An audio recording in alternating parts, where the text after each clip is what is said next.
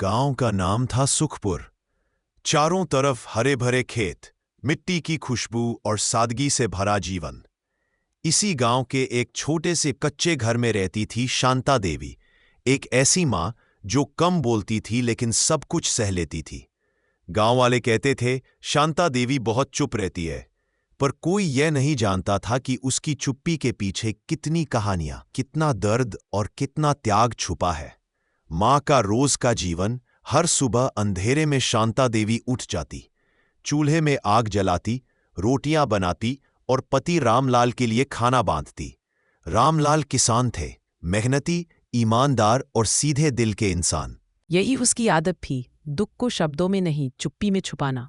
पंचायत का अपमान। एक साल गांव में अकाल पड़ा, फसल खराब हो गई।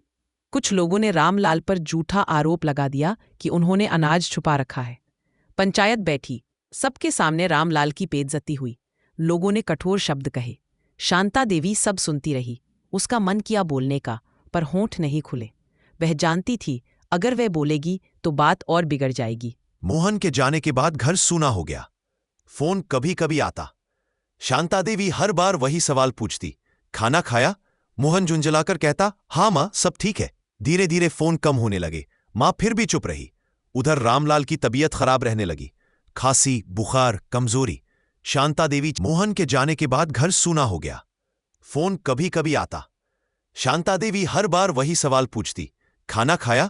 मोहन झुंझलाकर कहता, हाँ मां, सब ठीक है। धीरे धीरे फोन कम होने लगे। मां फिर भी चुप रही। उधर रामलाल की तबीयत खराब रहने लगी, खांसी, बुखार, कमजोरी। शांता देवी चाहती। एक साल गांव में अकाल पड़ा, फसल खराब हो गई।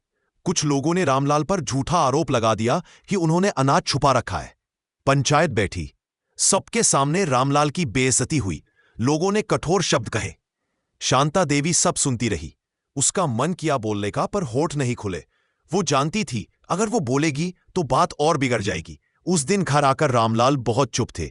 मोहन गुस्से में था, पर शांता देवी हमेशा की तरह चुप। समय बीतता गया। मोहन ने 10वीं और 12वीं अच्छे नंबरों से पास की। उसे शहर के कॉलेज में दाखिला मिल गया। वह खुशी से बोला, मां, अब मैं शहर जाऊंगा, वहीं मेरी असली जिंदगी शुरू होगी। शांता देवी का दिल भर आया, लेकिन उसने कहा कुछ नहीं। उसने चुपचाप बेटे का सामान बांधा, उसके कपड़े धोए और जाते वक्त बस इतना कहा, ख्याल रखना। शांता देवी आज भी कम बोलती है, पर अब मोहन उसकी चुप्पी पढ़ लेता है, क्योंकि उसने सीख लिया है मां की चुप्पी सबसे ऊंची आवाज होती है।